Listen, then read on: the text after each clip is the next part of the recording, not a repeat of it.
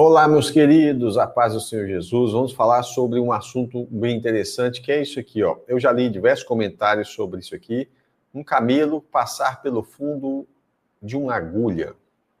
Né? Esse texto ele vai aparecer em 3 lugares: Mateus 19, verso 24, Marcos 10, verso 25 e Lucas 18, também verso 25. O que Jesus quer dizer com isso? Será que é uma força de expressão? Será que ele não disse realmente um camelo? Será que ele não disse realmente uma agulha? Então, você já deve ter visto várias coisas, pessoas falando um monte de coisa sobre isso, mas vamos para o contexto rápido para a gente chegar aqui. Um jovem rico chega diante de Jesus, cheio de bajulação, né? Bom mestre, o que preciso fazer para herdar a vida eterna? A resposta de Jesus é seca e direta: guarda os mandamentos. Quais? Aí Jesus vai listar os mandamentos para ele, né? Primeiro Jesus repreende ele. Por que você me chama bom? Né? Bom, não há bom senão só que é Deus. Né? Se queres, porém, entrar na vida, guarda os mandamentos. Jesus não está dizendo que ele não é bom. A questão é que aquele jovem não sabia quem era Jesus. Ou seja, ele chega chamando qualquer um de bom, porque ele quer prestígio. Então ele é um simples bajulador. O que Jesus está falando é o seguinte: para de ficar bajulando homens, adora a Deus, sabe? Chame Deus de bom, pare de chamar as pessoas, você não conhece o coração delas. E aí, o que acontece? Ele vai falar assim, quais mandamentos? Que Jesus primeiro repreende ele, e como ele faz também com outro, com o fariseu lá, quando vai conversar com ele, o Nicodemos, né? Mestre, etc e tal. E aí, o que vai acontecer? Não há um mandamento desses aqui que Jesus vai citar que esse jovem não cumpria. Então, ele fala, quais mandamentos? Jesus responde, não matarás, não cometerás adultério, não furtarás, não darás falso testemunho, honra teu pai e tua mãe e amarás o teu próximo como a ti mesmo.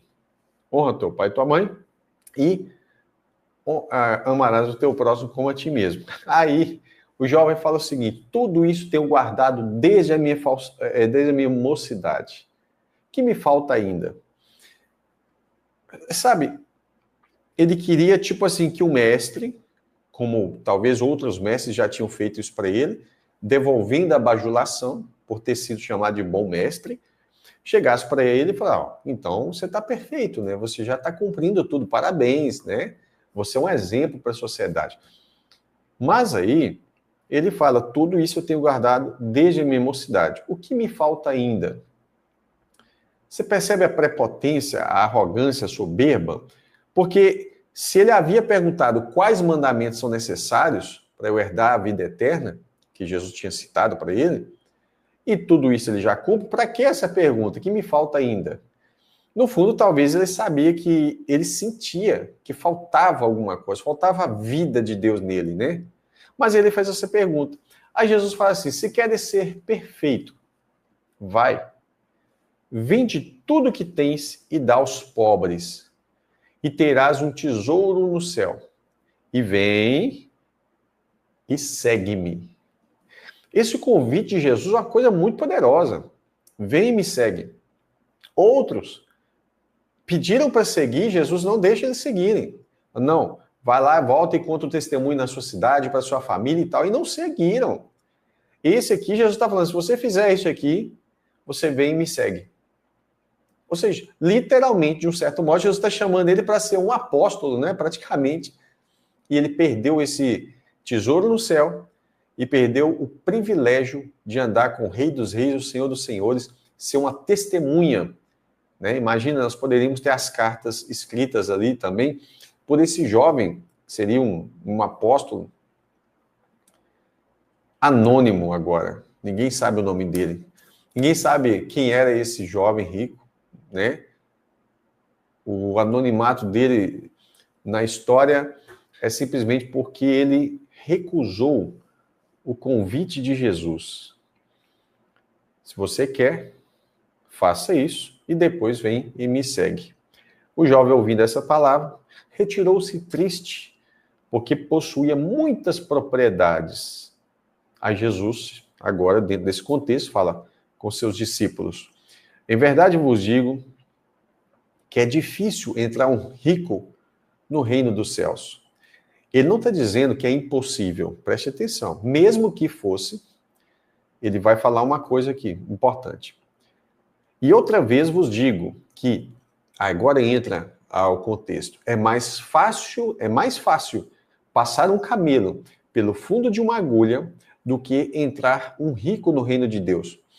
Para pensar. Existem irmãos sinceros, que eles são ricos, mas eles não se apegam a essa riqueza. Jó era rico. Outros homens nas Escrituras eram ricos, mas os seus corações não estavam na riqueza.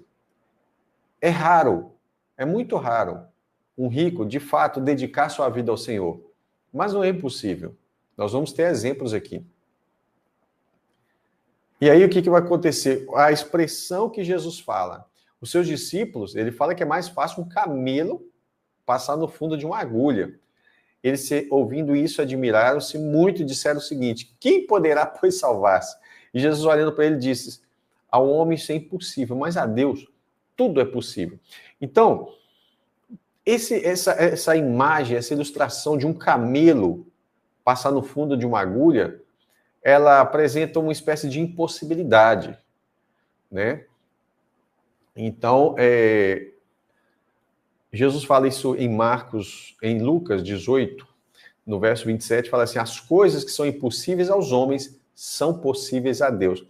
E é interessante, porque isso no capítulo 18 de Lucas. No capítulo seguinte, 19, Jesus está passando em Jericó e um rico chamado Zaqueu foi salvo. Olha que interessante. E a área que Zaqueu toca é exatamente essa: Senhor, se eu defraudei alguém, né, eu devolvo e restituo 4 vezes mais. E aí ele fala assim: eis que eu dou aos pobres, isso está em Lucas 19, 8. Senhor, eis que eu dou aos pobres. Jesus nem falou nada disso com ele se ofereceu, ele está demonstrando claramente: eu não estou apegado a isso mais, eu quero o Senhor. Eis que dou aos pobres metade dos meus bens, e se em alguma coisa eu tenho defraudado alguém, restituo quadruplicado. E aí Jesus fala assim: hoje veio a salvação a esta casa, pois também este é filho de Abraão. Olha que interessante, né? Lembrando que esses textos aqui são referentes à fala de Jesus. E em Lucas é interessante que logo depois de Jesus ter falado isso e mostrar que a Deus tudo é possível, ele mostra como que Deus salva um rico, e salvou o Zaqueu. E o desprendimento de Zaqueu da sua riqueza foi, de fato, um testemunho de que Deus fez uma grande obra no coração dele, e ele que diz ele que se eu tiver defraudado alguém, ou seja, tirado de alguém de alguma forma ilícita, eu restituo 4 vezes mais. Ele se prontificou a fazer isso.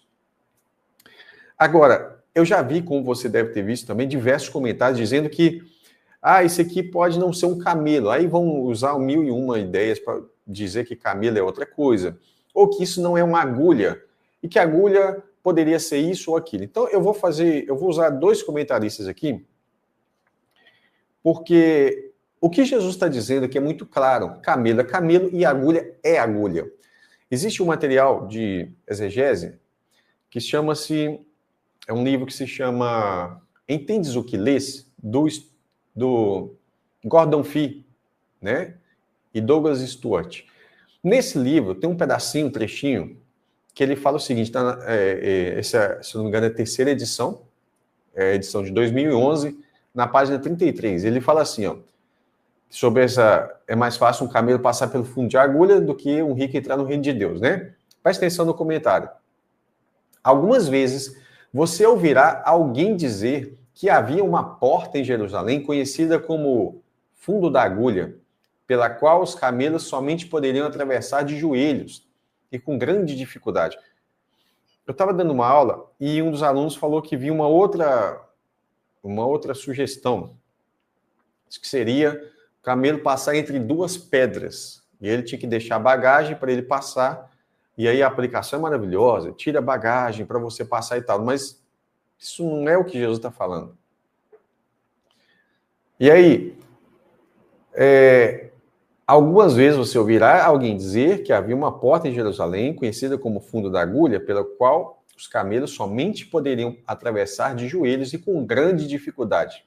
A lição dessa interpretação, ele põe entre aspas, porque ele está trabalhando o tema do livro é exegese, né? É que um camelo poderia realmente passar pelo fundo da agulha. Ele pode, realmente pode. Então essa ideia seria, só ele ajoelhar que ele passa. É difícil, mas ele pode. No entanto, o problema dessa exegese, ele vai pôr entre aspas, é que simplesmente não é verdadeira. Nunca houve semelhante porta em Jerusalém em qualquer período de sua história. A primeira evidência, entre aspas, que ele põe, que se conhece em prol de tal ideia, é achada no século XI, no comentário de um eclesiástico grego chamado Teofilacto, que tinha a mesma dificuldade com o texto que nós temos. Afinal de contas, é impossível, não é que ele passa com dificuldade, é impossível para um camelo passar pelo fundo de uma agulha. E era exatamente isso que Jesus queria ensinar. É impossível para alguém que confia nas riquezas entrar no reino. É necessário um milagre para uma pessoa rica receber a salvação, o que é certamente uma lição, a lição das palavras que se seguem. Para Deus, tudo é possível. Ou seja, com essa fala de um camelo passar no fundo de uma agulha, Jesus não está falando de uma dificuldade, Jesus está falando de uma impossibilidade. Ok? Ah, mas na porta ele tirava... Toda essa conversa de porta é papo furado. O autor aqui, né, o Gordon Fee, você vai falar, mas aí é uma interpretação cristã. Então tá bom, eu tenho a coleção toda do Shurak aqui.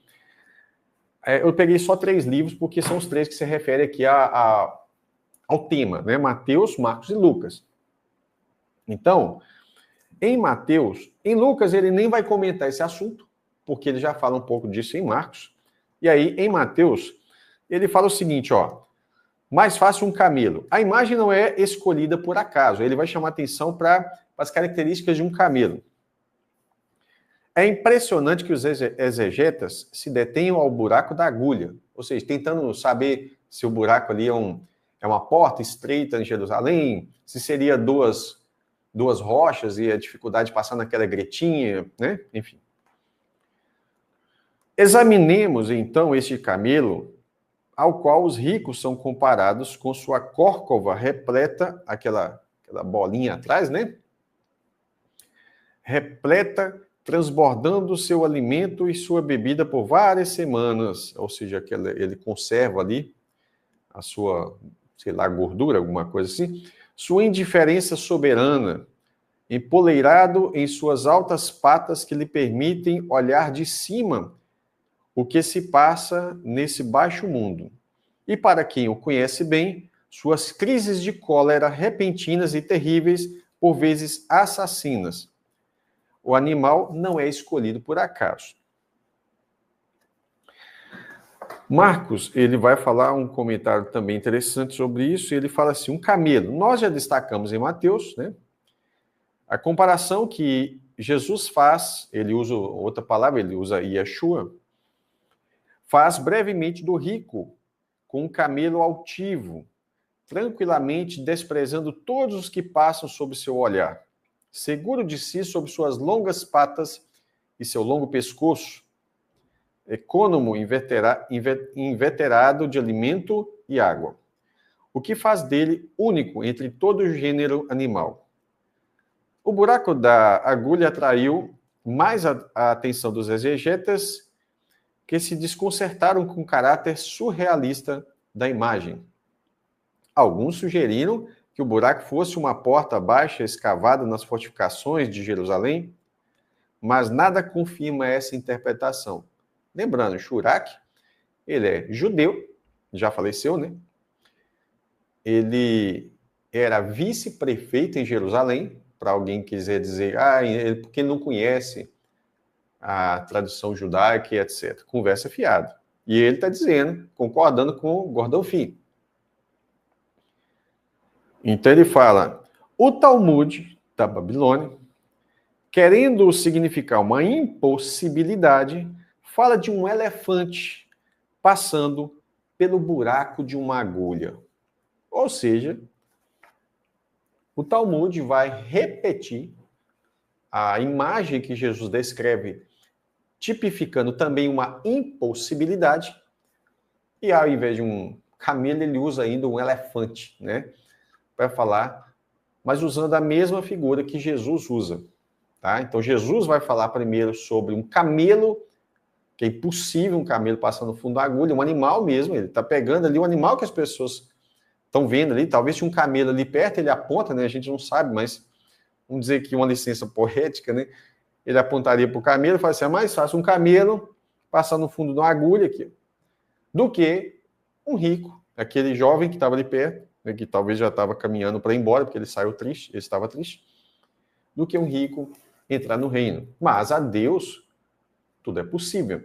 Então, essa ideia de que um camelo, aliás, de que a agulha não seria agulha, ela não tem nenhum sentido. Mas você vai falar, mas eu abri aqui no rodapé da minha Bíblia, e o comentarista que diz que essa agulha é uma porta em Jerusalém, ou são duas rochas e aquela greta que fica ali seria a tal da agulha.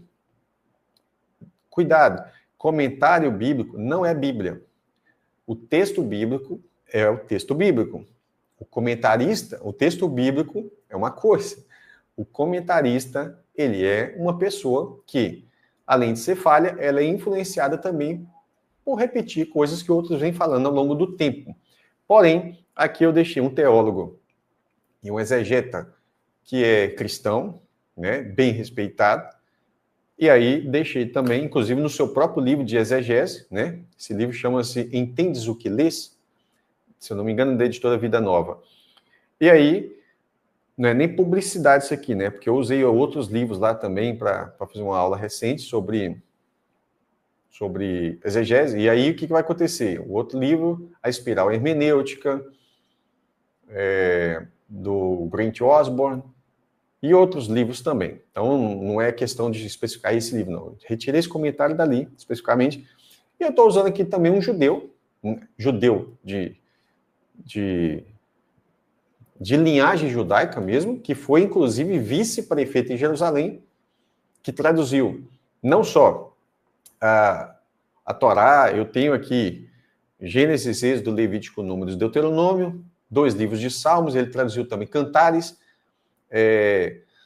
traduziu o Novo Testamento, Mateus, Marcos, Lucas e João, e aí ele está narrando nesse aspecto aqui exatamente a ideia, aliás, ele traduziu muito mais do que isso, né? Ele traduziu a Bíblia toda, tá? Por completo, e também traduziu o Alcorão. Ele era vice-prefeito em Jerusalém, talvez você saiba, Jerusalém é uma cidade que comporta ali tanto judeus quanto cristãos, como também muçulmanos. Então, ele faz a tradução do Alcorão também, faz a tradução do Taná, que é o Antigo Testamento, da Brit Hashadá, que é o Novo Testamento, e faz a tradução do Alcorão também. Nesse Novo Testamento, nesse trecho, o que ele vai fazer? Ele vai falar exatamente, não estou dizendo que tudo que ele fala está certo, mas o que eu estou dizendo é, o teólogo protestante, que queira que você chamar como quiser, evangélico em si, ele vai falar a mesma coisa que o judeu. Ou seja, essa exegese de que a agulha ali seria uma porta em Jerusalém, ela é inexistente, é invencionice. Depois eu quero fazer um vídeo sobre o canto do galo. E outra coisa também é sobre a terra que mana leite e mel. Algumas pessoas dizem, mas Jerusalém, Israel não tinha abelha. Então o mel tinha que ser um mel de tâmaras. Será mesmo? Será que nós não temos na Bíblia nada falando sobre isso? Né? Alguns vão dizer que o canto do galo é porque o galo é uma trombeta que os romanos tocavam. Então, essas são algumas das coisinhas que eu queria trabalhar, porque isso começou a ser questionado de um tempo para cá. De repente, tudo na Bíblia virou motivo de questionamento, sendo que são imagens nítidas, objetivas, simples, para um povo simples, e Jesus sempre fez uso dessas figuras assim, que eles conheciam que estavam ali. Tá ok? Então, peço que você deixe o seu joinha. Até a próxima oportunidade, se Deus quiser.